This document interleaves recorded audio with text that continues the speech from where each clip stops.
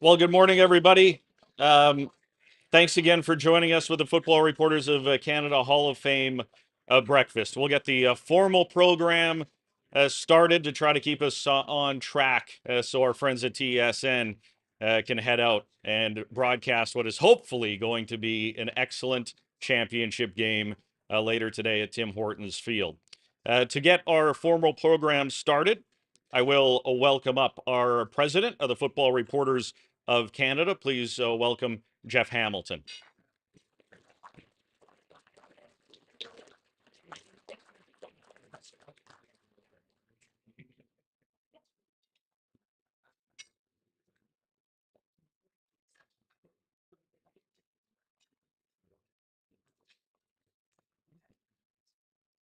Hello, everyone. Bonjour to our French friends, many of whom I've had the chance to get to know over the week, and it's been an absolute pleasure. Thanks again for being here. As Jamie mentioned, my name is Jeff Hamilton. I've had the honor of being the president of the Football Reporters of Canada since the end of the 2018 season. Just before I get into thanking a whole bunch of people, I just want to thank Darrin Bauming right here for live streaming the event. I know there's the tens of people back home watching this are going to be super excited. If you'll bear with me just for a quick second. Hey, Judy Owen, nice to see you. Really wish you were here. It's awesome. Can you believe it? I'm talking to all these people. I made it. I'm on TV. It's going to be such a great time. Okay. Anyways, thanks for bearing with me, guys. And hi, Judy. I'd like to add another thank you to the TSN family for their continued support of both the CFL and the Football Reporters of Canada. I say it's hard to imagine, but I literally could not imagine what this league would look like without that support, quite literally and figuratively. You guys put on a great sportscast every single week. Your tireless efforts to provide analysis, showcase players. It's very obvious to me, and everybody who watches those shows knows how much you care. This isn't a show up, work for 8 hours and get out. It's a passion, and that's my favorite part about TSN. So I thank you for everybody, and I say family because I can see it. I can see how you guys treat each other. I can see how you guys work together. And that's a really special thing, especially in newsrooms these days as they continue to dwindle. I think it's something to be really proud of to have that many committed people covering this sport. I'd also like to obviously recognize the rest of my colleagues here, both here in Hamilton and back home, from print to radio to audio to TV to online to bloggers to whatever role media is formed into. We seem to cover it from every single angle. Everyone has gone above and beyond to showcase what many to be true. This is the best football game in the world. I'm so impressed by your work every day, but it's especially this week. We redefine what it means to have a 40-hour work week. We eat and breathe. We, for some reason, find a way to have as much fun doing the work as we do drinking the beers later on, and that's a special thing and a testament to not just the people who are doing it, but this event as a whole. I'd like to thank the Tiger Cats in the city of Hamilton for setting the bar when it comes to putting on a Grey Cup. From a media party at the Hamilton Club to a stellar lineup of musical talent to what will undoubtedly be an entertaining game tonight to everything in between. You can't put on such a massive event without the hundreds of volunteers and their sweat, so a thank you goes out to them too. I honestly can't wait to see what BC Lions owner Amar Doman does next year, and I'm especially invested in what Bombers CEO and president Wade Miller is going to do in 2025. And when I say set the bar, I've seen representatives from both teams looking at every single event, talking to people, studying. And so I think while this Grey Cup has been quite incredible, I think the future is going to be absolutely, reflective of what we see this week. Thanks again to Randy Ambrosie. I know he's not here, but I'm sure he'll come back and listen to the stream. We might be the ones that hold your feet to the fire on important league issues, but no one can deny your passion and desire to improve the game. And thank you to all the CFL staff. We're not the easiest people to deal with. I know I can say it because I know who I am. But you've made what's a hectic weekend manageable. To the CFLPA, thank you to Executive Director Brian Ramsey and President Solomon L. Millian for you guys taking the time to be here. Brian and Saul, your support is invaluable to the FRC and how we do our jobs. I applaud you for the efforts you make to put a spotlight on the league's incredible talent on the field, but it's the initiatives off it and the desire to get players involved in programs that will not only benefit their lives, but also our communities as a whole. And for that, I have a great respect for you guys and your association. I'd also like to acknowledge the longtime scribe, Steve Milton, or as he's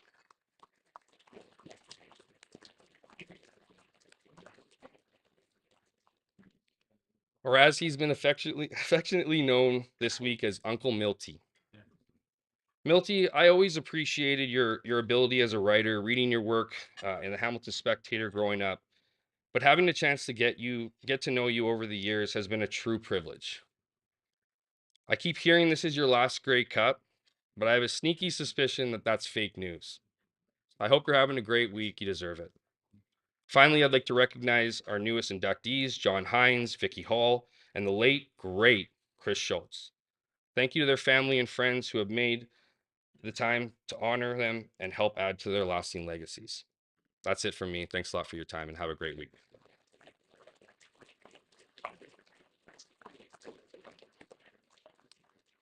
Thank you, Mr. President, Jeff Hamilton. Also, before I forget, there's a few other thank yous. The Courtyard by Marriott for the great breakfast this morning. Thanks to the staff here for helping set up a few emergency tables to get going. One of our biggest crowds ever, I will say, at the Football Reporters of Canada breakfast.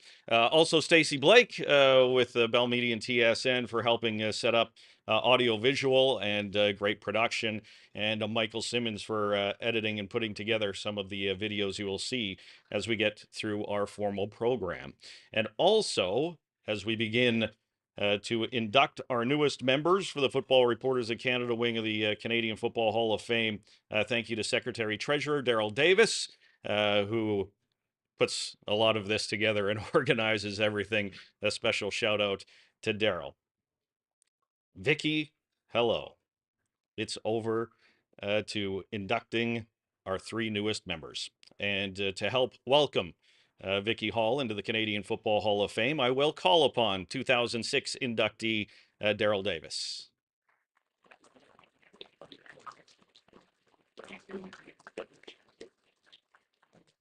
Hi, everyone. Thanks for being here. Appreciate it.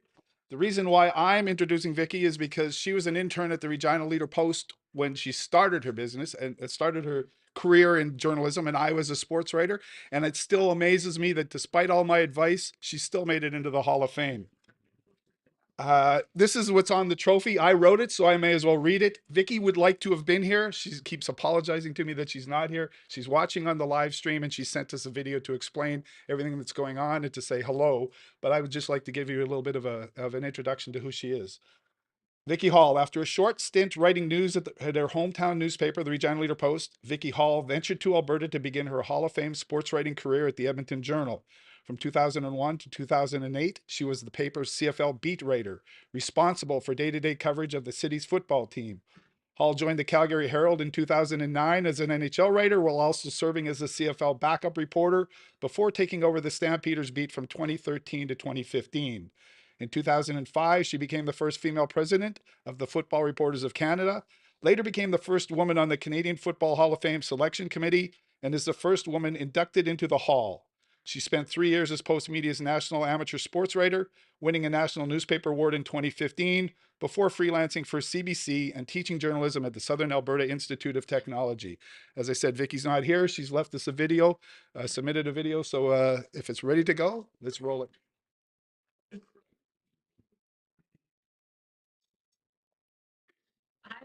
Thank you so much. Thank you to the Football Reporters of Canada. Hi, everyone. Thank you so much. Thank you to the Football Reporters of Canada, and thank you to the Canadian Football Hall of Fame.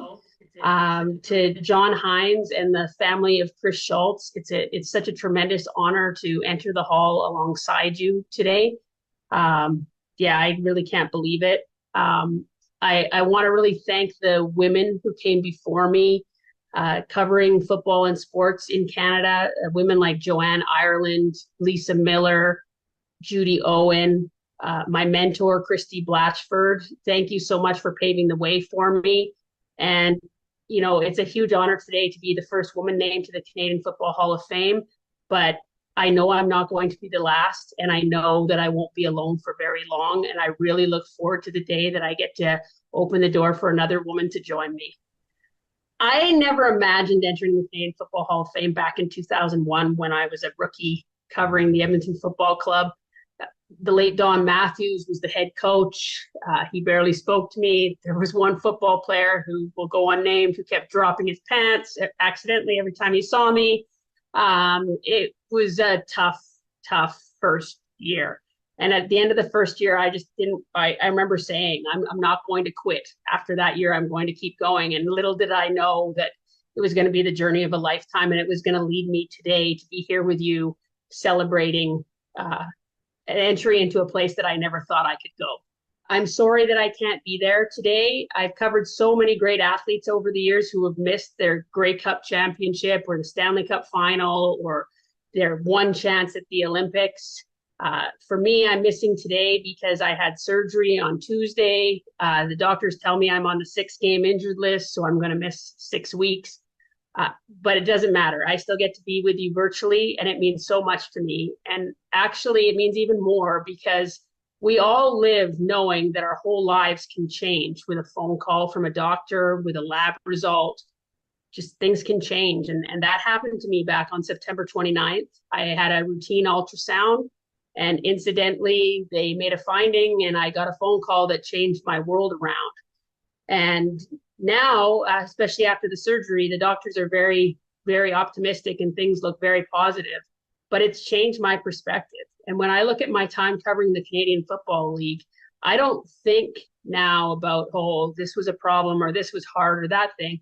Instead, I'm just grateful for all of it. I'm grateful for standing outside when it was minus 30 at Grey Cup in Winnipeg. And I'm grateful for the deadlines. And I'm grateful even for when Milt Stegall scored a 100-yard touchdown on the final play of the game. And I had to rewrite the story in 2 or 3 minutes. And it was a terrible story. And I'm still mad at Milt, but I'm grateful for the chance to do that. And I'm grateful for the fact that I got to travel the whole country. I got to swim in Burrard Inlet before a game in Vancouver. I got to go to football games at McGill, even though there was no bathroom for women at the time there in the press box. I got to see Ottawa and Bank Street. I got to share drinks with so many of my colleagues who were so welcoming to me. I got to tell the stories of so many football players because I have to tell you that almost all of them were welcoming. They told me their stories of their lives, of their games, and it didn't matter what gender I was to them, and it still doesn't matter. And so to me, it was never really about me being a woman there. It was about me being a reporter. And I just so grateful to the people in the press box who made that happen, the players that made that happen, the coaches that made that happen. I'm grateful for Wally Buono pregame news conferences that seemed like sermons, but for some reason I always wanted to go and listen to every word he said right till the very end, even though I knew that I wasn't going to be able to write 95% of it. I'm grateful for Nick Lewis in Calgary, who did not like me at all in the beginning, but we became friends, and I enjoyed covering him as time went on.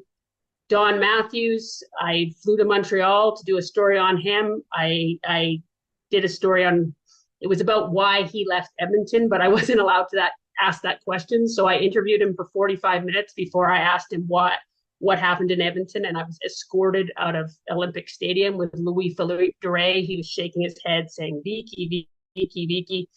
And I got thrown out on the street in the cold. I'm grateful for that experience. I'm grateful for all of it. Because the one thing that I realize more than ever now is that we all have seasons of our lives.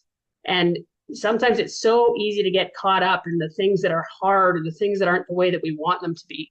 But when we look back at the people we got to spend time with and the trials and the tribulations and stuff, it's not about those little annoying things. It's about the the opportunity and the privilege to be there. And I'm so grateful that I got to be there. And so today I'm cheering you on from Calgary. For those of you in this room who are covering the game, maybe your seat won't be good.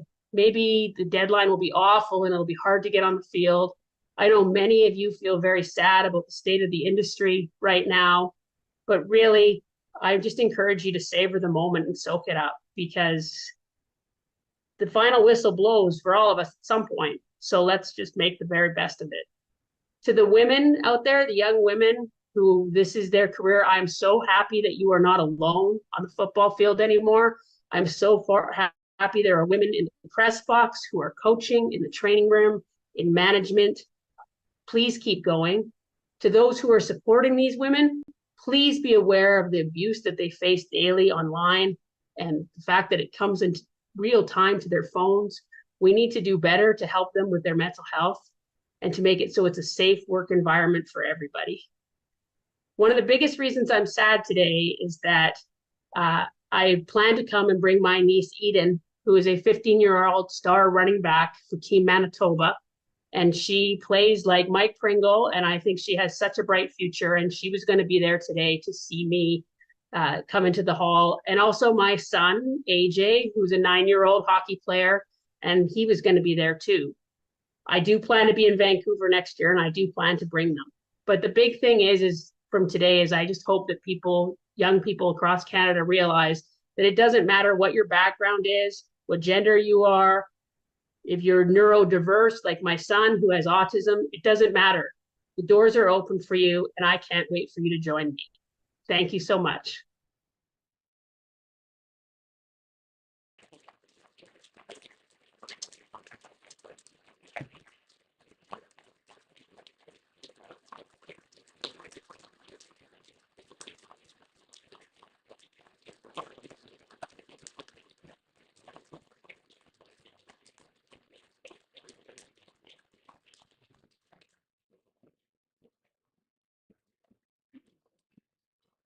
Vicki, congratulations. I remember that. I remember the plays Vicki was talking about working on that deadline of Milt Stiegel. I remember Halsey's call in my headphones while I was on the sidelines. Stiegel's gone. I also remember watching back to the TSN highlight with Glenn Suiters, "Oh no!" in the background as Chris Cuthbert is calling the game at that one. Congratulations, Vicki. I wish you could have seen the standing ovation, and we hope to see you in Vancouver next year. Coming up next, as we induct the late great Chris Schultz into the Football Reporters of Canada and the media wing of the Canadian Football Hall of Fame, to introduce Chris Schultz is the voice of the Argos from the Toronto Argonauts, Mike Hogan.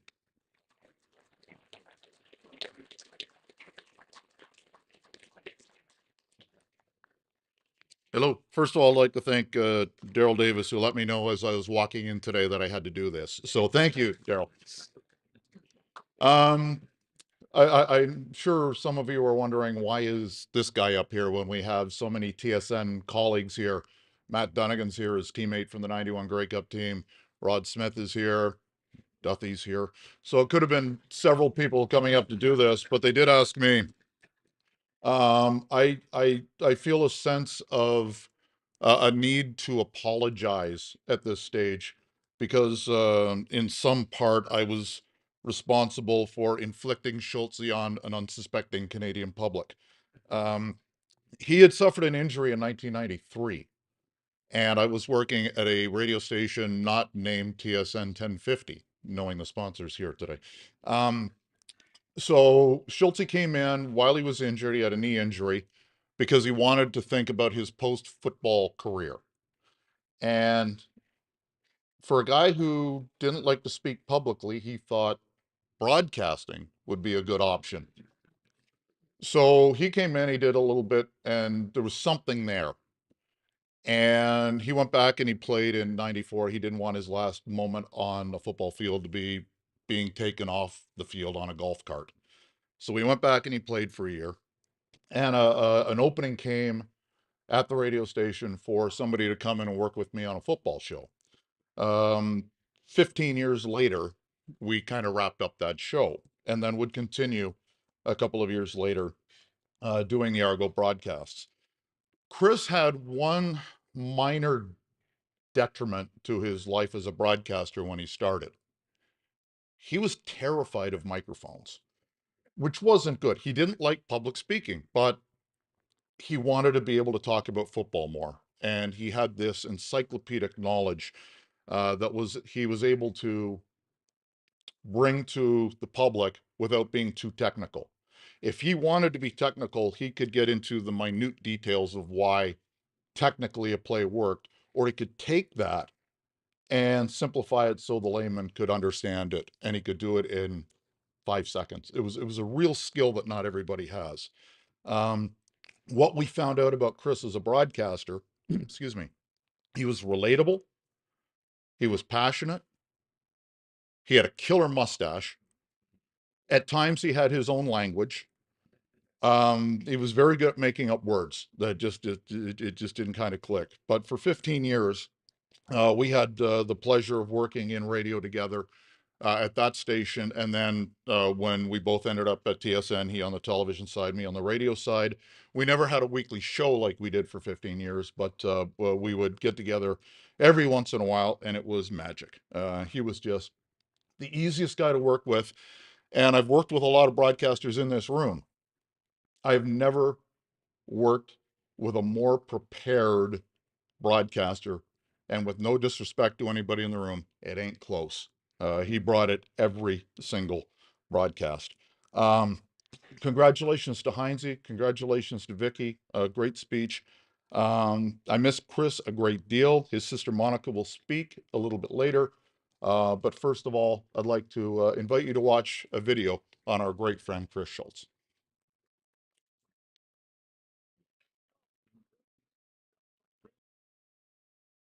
He's 66.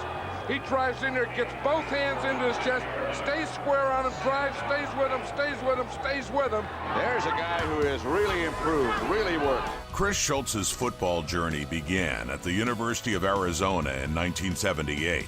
He would go on to be drafted by the Dallas Cowboys in 1983, playing left tackle for America's team. When his NFL tenure ended, he joined the 1986 Toronto Argonauts and was part of the Grey Cup winning team in 1991, becoming a mainstay in Double Blue for 9 seasons and 124 games. After his playing career ended, Schultz joined the media as an influential football analyst.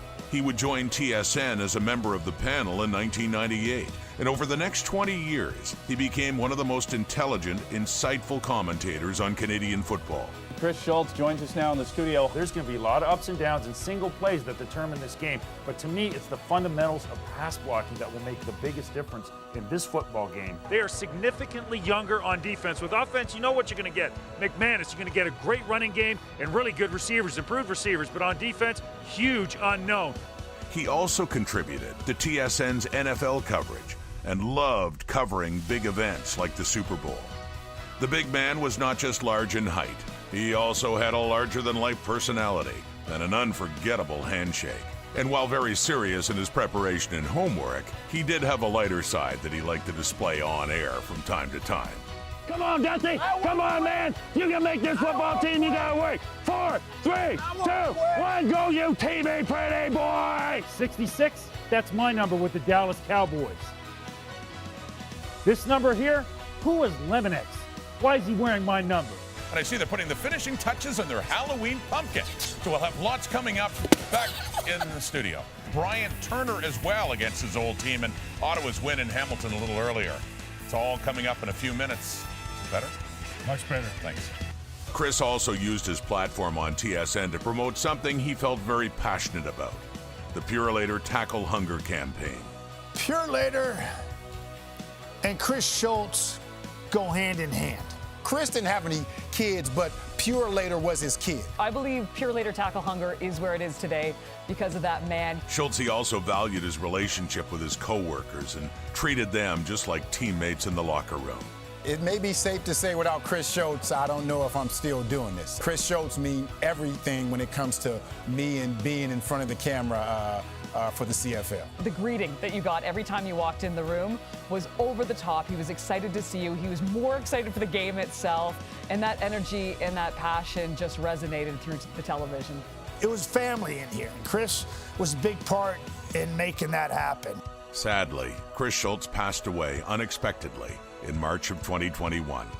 Fittingly, his TSN teammates spoke at his memorial service. I wish he could hear everything that people said about him these last 9 days, because I don't know that he knew how many lives he impacted. But I think in the end, I would probably just extend my hand and say, great job. Welcome to the Hall of Fame, big man.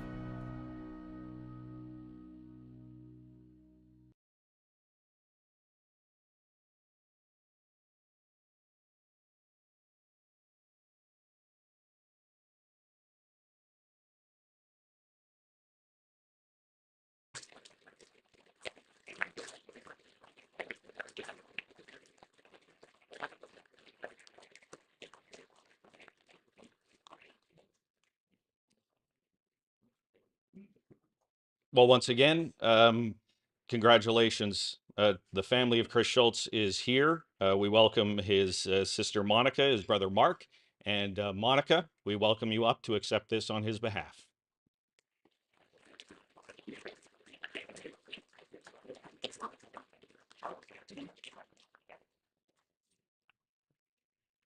Well, first of all, thank you, TSN, for that. I promised myself I wouldn't cry. That beautiful tribute.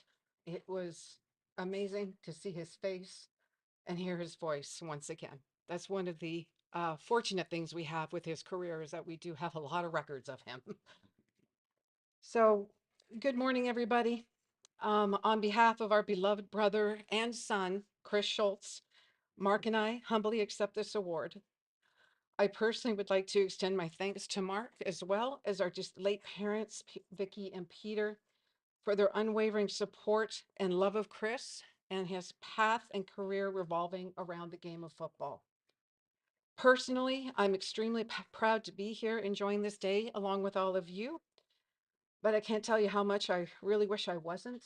I wish I was simply a sister sitting in the crowd with you, enjoying this event. And it was Chris up here himself to accept his award, but we all know that is impossible. I think I know what Chris would want to say, and I'm going to try to do him proud by stepping into his shoes today. Chris would thank all the right people. He would say all the right things. He'd acknowledge those that were part of his life journey and successes. He thanked everyone for this recognition and congratulate everyone else on their achievements. He'd have a funny story or two to share, and he would be the first one to shake your hand or pat you on your back with a welcoming smile. I hope somehow you all feel his presence here today. And for those of you also being recognized, hear his applause as you accept your awards.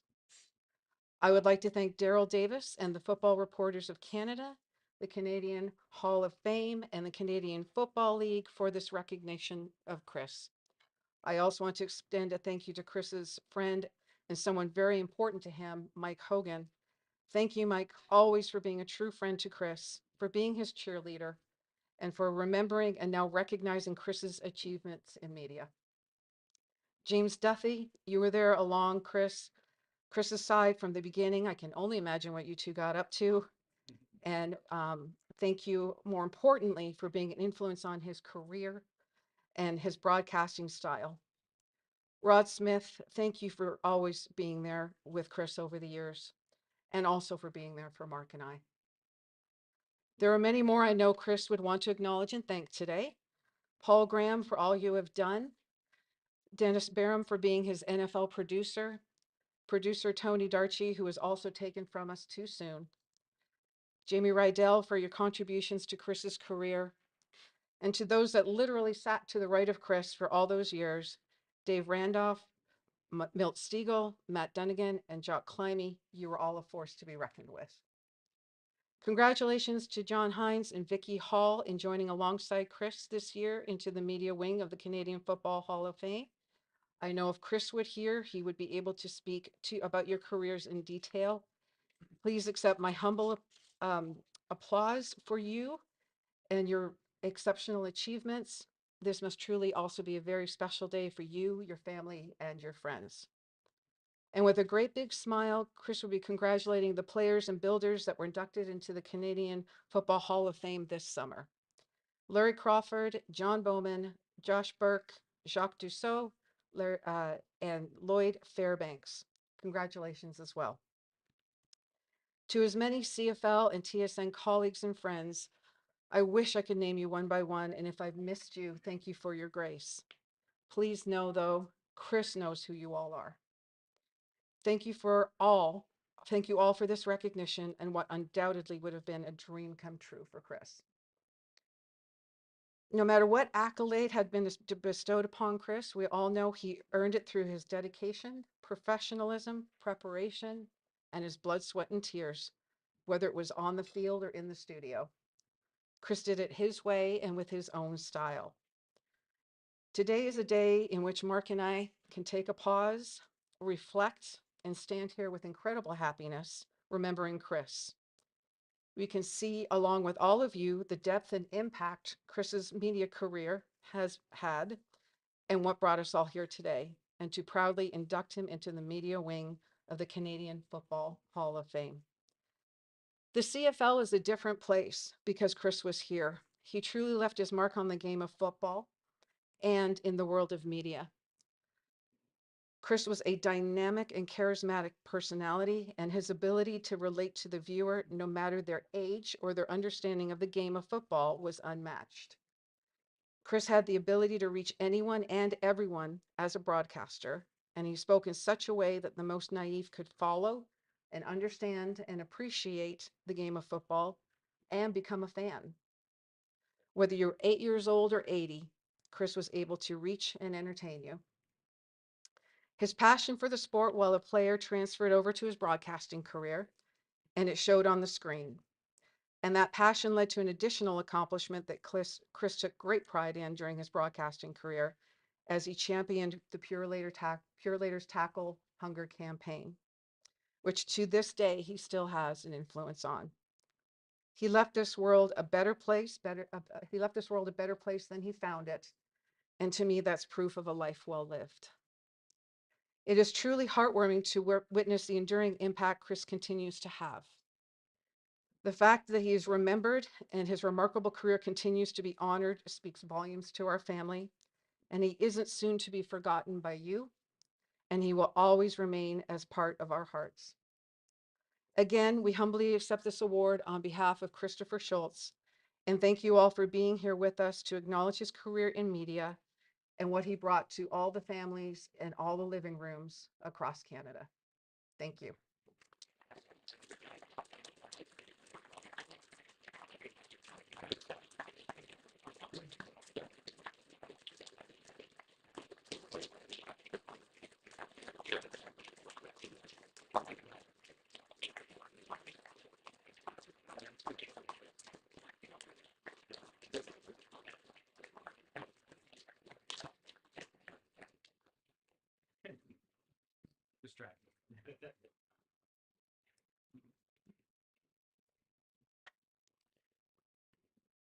Congratulations and thank you. Okay, over to Hinesy, Jon Hynes, the great producer of TSN, over 800 games with the CFL. And to welcome Jon Hynes into the media wing of the Canadian Football Hall of Fame is a man who went in last year in Regina, where he was famous for what he calls the hold. Ladies and gentlemen, from the CFL on TSN, Glenn Suter.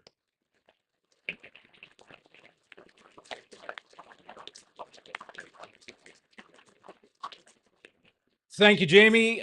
Congratulations to Vicki and just being such a trailblazer, and congratulations to the Schultz family, of course. We miss them every day. I want to start with Jon Hynes, with him, the producer, the leader of our crew. 800 games on your sheets in front of you at the table. 800 games, playoff games, 14 championship games. You consider both offenses have about 50 plays, and then there's special teams. That's 140 or so plays in a football game, and Jon Hynes makes a decision on every one of those in the direction of the show. And you can imagine all those decisions that have to be made while still communicating with everybody in the crew, the truck, and certainly us up in the booth. And I wanted to get to Jon Hynes' unique style. And if you've worked with him, you know it's a straightforward, how do I put this? A straightforward and to the point style. Jon will let you know exactly how he feels. And I'll give you an example. When I was at a dinner with a play-by-play guy talking about my daughter in her ballet class, and she had learned how to do a plie. And I didn't know that this play-by-play guy was going to tell that story on the air the next day on national television. And in our ear, I heard from the truck, Jon Hynes say, "Hey, I don't know what you guys are talking about. Could we please get to the football game?" That's the direct approach. Or when you're doing a live to tape hit, and Jon in your ear will say, "Hey, bro, we're doing that again." Or, and don't get me wrong now, he does have a little compassion, because at times when you're kicking it around and it's the third take, Jon will say in your ear, "Hey, bro, we had an issue down here in the truck, so we're going to do that one again." Just to give you a little bit of an out. There is not a better producer of this game in North America. And I'm not just talking about our game in Canada. He does a lot of other sports, but his passion is the Canadian Football League. His knowledge is just not matched. The amount of times that he has fed me information when I've asked a question about the MOP of the 1957 Grey Cup, and Jon will nail it in seconds. But if you'll bear with me for another minute, I want to talk about Jon Hynes, the friend, because we've traveled a lot of hours together, a lot of flights together, a lot of bars and restaurants over the last, I don't know, 10 years, more restaurants than bars, but early on, way more bars than restaurants. And the thousands of hours that we've talked together about this great game and his passion for the Hamilton Tiger Cats. I think when you go further down the journey, and Vicki mentioned it, when you go further down the journey of life, your circle gets a little smaller, because you really start to understand what's most important. And what's most important for Jon is his passion for the game, how as a friend, he will always be there for you no matter what. There's a trust level there beyond anything that I've ever witnessed. A fantastic teammate, a great friend. Let's look at the video.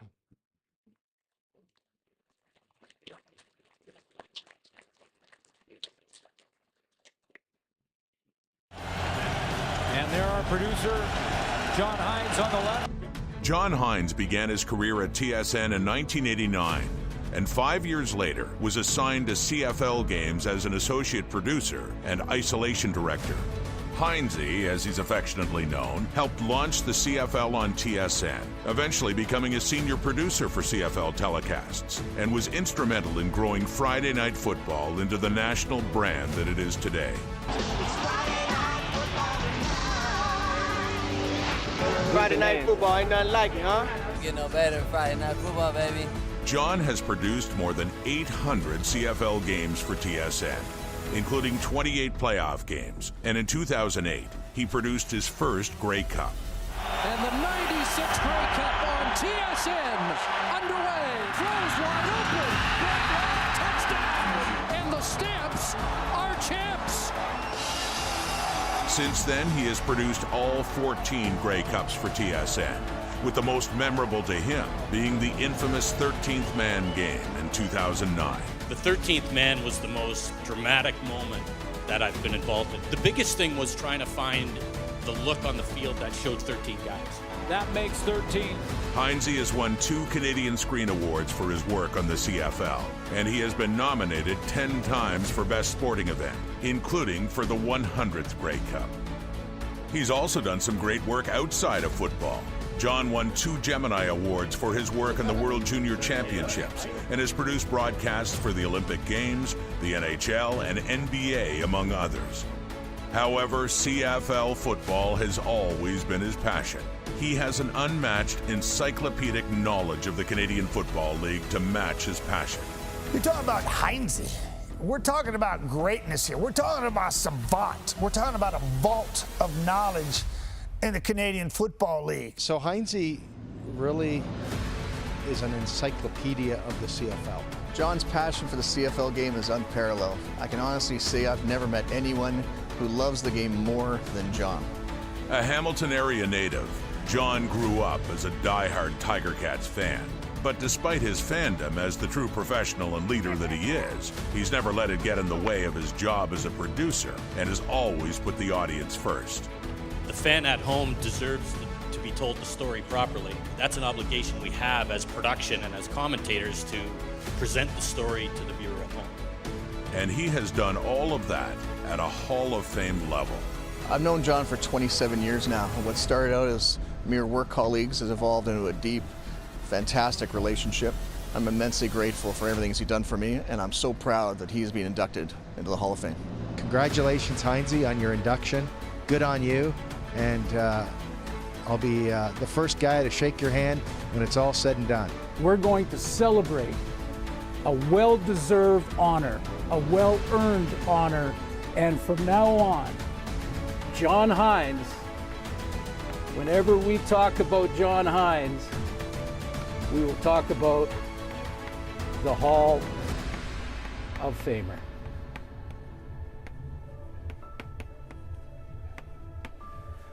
Congratulations, my friend.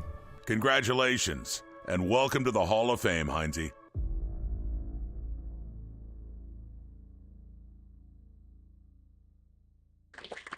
I'm so proud of you, buddy.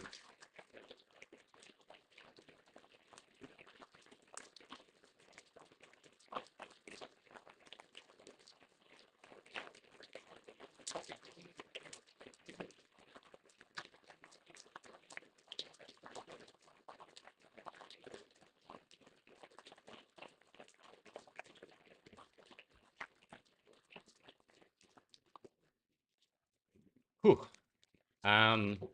First of all, where the heck did you guys get that video? Wow. First of all, I'd like to thank the FRC and the Hall of Fame for this amazing honor. Overwhelming, really. Also like to acknowledge Vicki Hall. I mean, what a trailblazer she is. What a great woman she is. We all wish her well. First woman in the Hall of Fame says a lot. And she said it best, I think, when she said, first one, but not the last one. And many more will come along the way, and we can't wait to see that happen. To Chris Schultz and Mark and Monica, kind of like James said, what can you say about Schultz? I mean, he was larger than life, a great friend. I was fortunate enough to start producing the CFL Control Show in 1998 when we brought Chris in. Some of my favorite memories of working at TSN aren't what we put to air. It was the production meetings that we had before we went to air with James Duthie and Eric Tillman and Schultz. Schultz was one of a kind back then. I'd worked with a lot of commentators, had been in the business about 10 years, and then I'd never worked with anything like this guy. I mean, he'd walk in with his Sharpie and 3 pads of paper, and we just do the average, we're just talking about stuff. Okay, what about this? And he's writing every word down we say. And it would be like, Schultz, you can't do that, right? You can't script everything. And he'd be like, why not? I'm making my points right here, and this is what I'm going to say. And then he'd write it down, and he'd go to air, and he'd deliver it flawlessly. And it'd be like, how did he do that? Like, he memorized that in the last 20 minutes, and then he went on the air and did that. So I love Chris. We miss him. As I've said many times, he was the face of football on our network for 2 decades. And, you tuned in TSN and you wanted to hear about football, any kind of football. I even did a university bowl game with Schultz. He was the guy you wanted to hear from. And Chris did it in a way that he would inform you, but he would entertain you. And that's the greatest thing about broadcasters is when they can do both at the same time. I can't stand here without thanking the management of our company.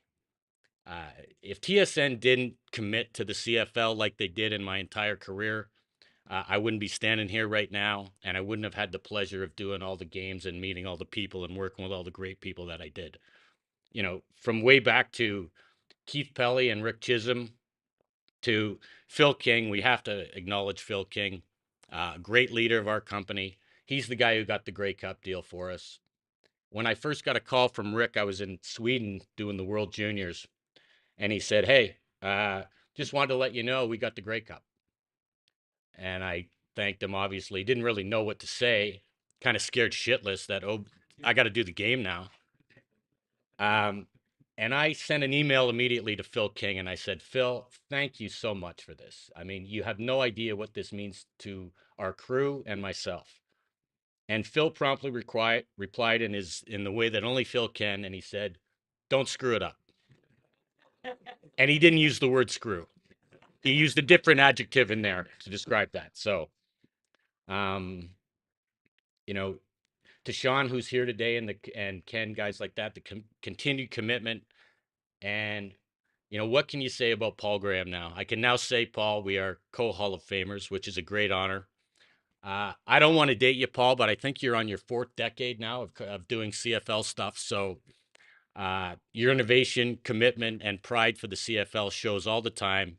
And we couldn't do what we do now without you as our leader. And I thank you so much for that. We've been through a lot over the years, but look where we are now. There's also 2 people that I have to acknowledge who are not with us anymore, watching from heaven. One is the great Jim Thompson, who was our former president, a huge CFL fan and always committed to the CFL on TSN. We lost him way too early. Love Jim. Bit of a hard-nosed guy. People have said at times we shared some of the same traits. One of them being a lack of compassion. Anyone who's worked with me kind of knows that. And another one is Paul McLean, a great friend, great producer, great television guy. Never had more fun in my life than when I worked with Mac. And we would be, sitting around, as Glenn said, at a nice restaurant, not a bar. And we'd be kind of talking about the future and where we're going to go with our production plans. And Mac was so innovative and so smart. And he was our leader that guided us through some tough times in the era of the CFL. I miss him every day, but this is the day where I really miss him.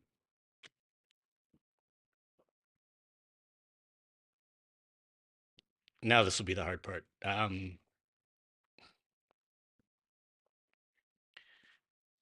2 other people who are in heaven watching are my parents.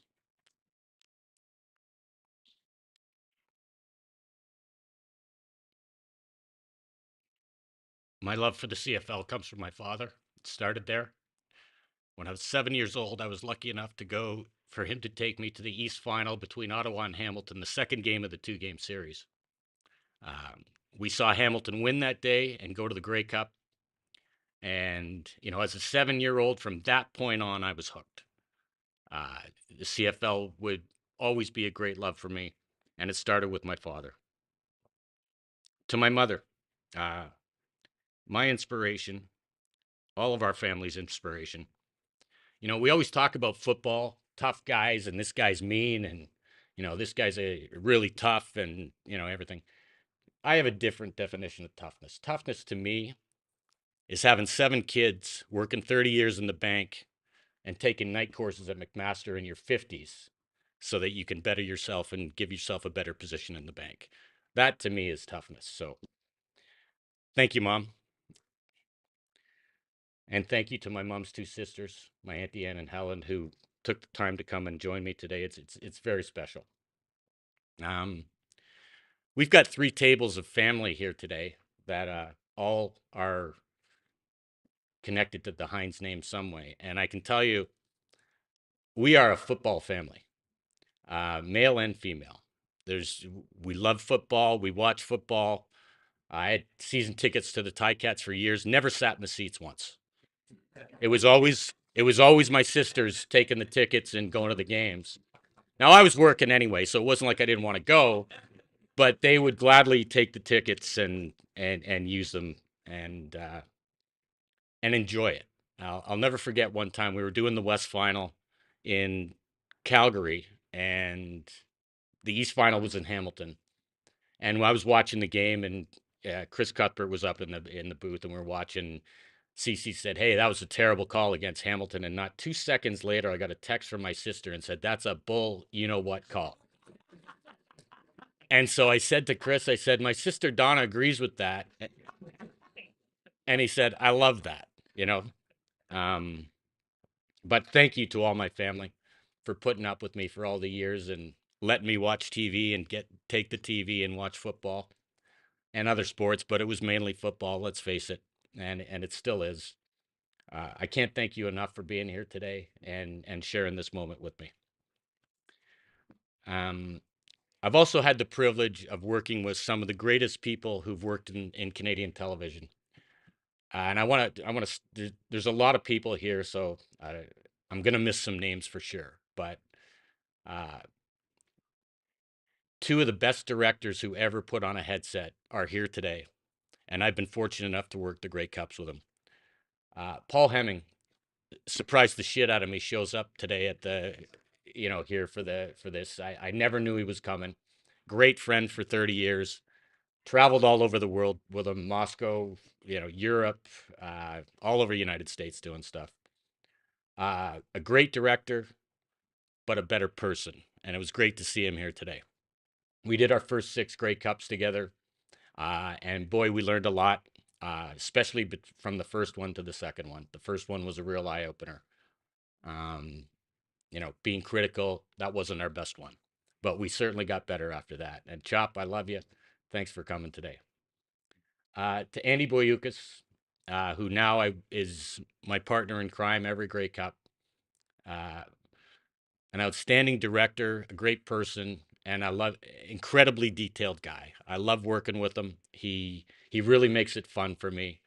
And Andy's just a fun guy. He's happy all the time. He's very good at what he does, but also can be critical when he has to be. And that's a trait of his I've tried to take myself, because sometimes I can be a little stern on things when things don't go the way I think they should go.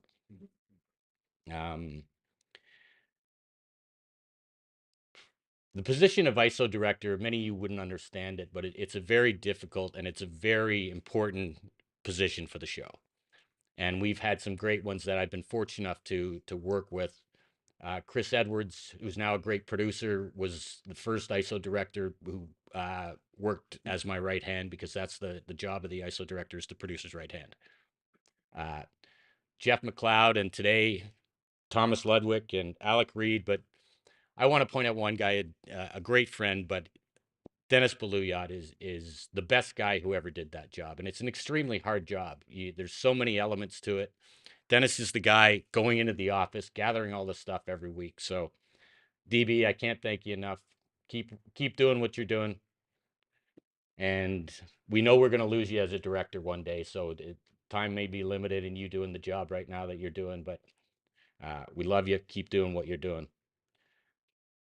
Football is a numbers game, and statistician in football is the hardest job going, because things are moving so fast in the Canadian game. You got to make a decision every 20 seconds. To John Russ and Dave Moyer and John Perlberg, thank you for all your dedication and work to the broadcasts over the years. One thing this group all has in common is they love the CFL, and they're willing to put in the extra work and the extra hours to make the CFL on TSN what it is today. I've also been fortunate enough to work with some of the greatest play-by-play guys who ever worked in this country. Chris Cuthbert called our first Grey Cups.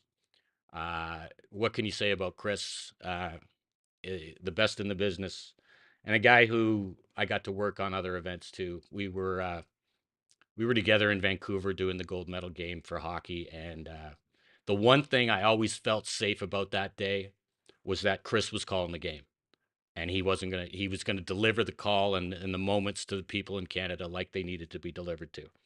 And as we all know, that was a home run for Chris, maybe his greatest moment ever. To Rod Smith, I first started working with Rod in the early 90s when I first met him in the newsroom. We covered 2 World Series together, playoffs together, along with Mark Millett, our camera guy. That's when I met Rod the person, not just Rod the on-air personality. Rod has an incredible memory too. People talk about me in the CFL and that I work with, and it's true. I do have a pretty good memory for football stuff. I can't remember my dentist appointment on Tuesday, but I can tell you, who won the '63 Grey Cup. That's just kind of the way it is. Rod's the same. I mean, Rod even stumps me on stuff, and so his dedication to the CFL is right in line with our passion that we have for it. And everyone knows Rod's got the best pipes that ever, who's ever called a game of football in this country. So look forward to doing it with Rod again today. A fantastic person, a fantastic broadcaster. Dustin Nielsen and Marshall Ferguson, 2 guys who are going to call the Grey Cup on radio today. Congratulations. Enjoy it. It's a big moment. It's fun. But if you're not having fun, then what's it all worth it, right? I mean, you got to enjoy the moment of doing it. And I'm sure you guys will both do a fantastic job. You're the future of our network. Us guys are getting a little old, but you guys are going to continue the tradition, carry the mantle, and do a great job. I'm so proud of both of you. Game analysts, Dwayne Ford is a fantastic guy to work with. What most people don't know about Dwayne is very funny. Very dry sense of humor. You see him on the air, he's very analytical, he's very smart, he's very articulate. But what Dwayne is incredibly funny behind the scenes. You won't have a lot more fun than going out to a dinner with Dwayne. Now, he doesn't drink, but he's still the funniest guy in the room when you get to enjoy moments with him. So thank you, Dwayne, for the many years we've worked together. Great analyst, great person. And last but not least, when it comes to commentators, Glenn Suter. Glenn is one of my best friends, has been for 3 decades.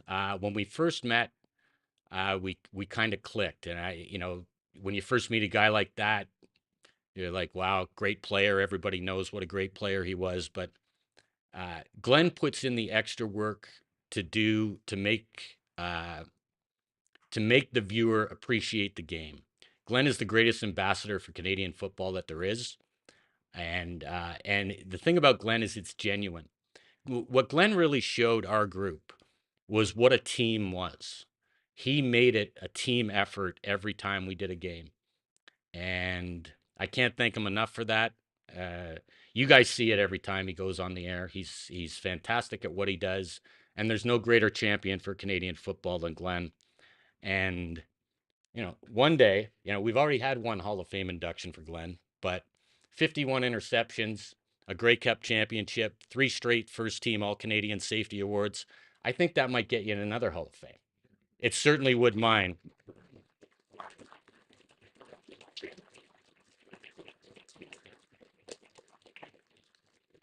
But to me, you're always a Hall of Famer. Always. So to all our production crew and the many names that I might have missed so far, thank you so much for everything. Let's get ready to have a great show. Let's give the people of Canada what they deserve, which is a fantastic Grey Cup broadcast. It's always a great day for us. A little hectic, but I wouldn't want to be anywhere else than where we are today. My biggest thank you of all goes to my wife, my stepdaughter, and her husband, and our 2 amazing grandkids who have taught me more than anything. There's a hell of a lot more to life than just football. Thank you.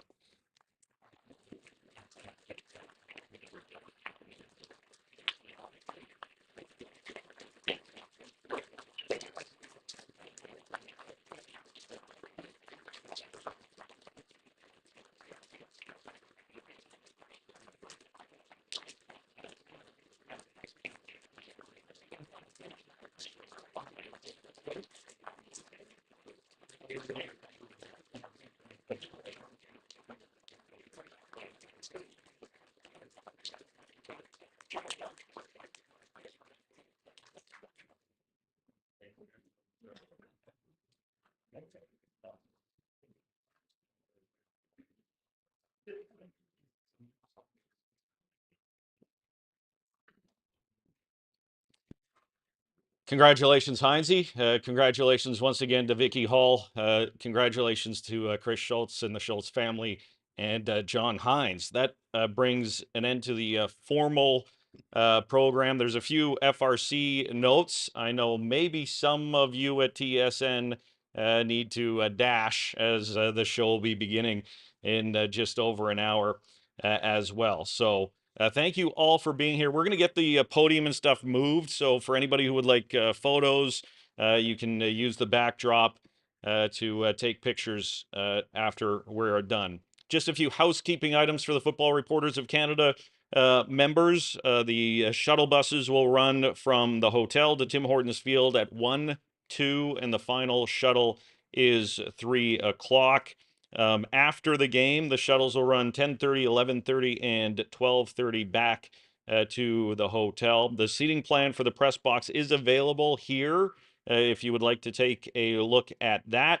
Also, if you don't know if you're voting, here's the list of voters for the MOP and the most outstanding Canadian.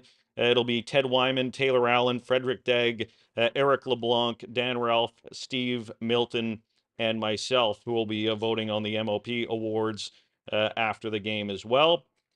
Darrell Davis will be distributing those ballots before about 5 minutes left in the fourth quarter. So, Darrell, did I miss anything business-wise for the Football Reporters of Canada? Our annual AGM will be announced at a later date. We now do it virtually, as unfortunately many in the industry can no longer make it here to Grey Cup. So once again, thank you all for joining us, and congratulations to the newest members of the media wing of the Canadian Football Hall of Fame.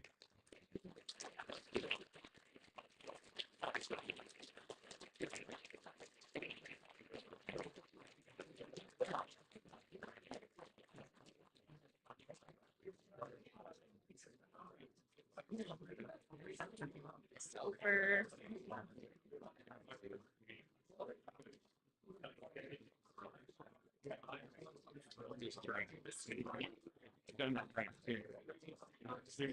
Darrin.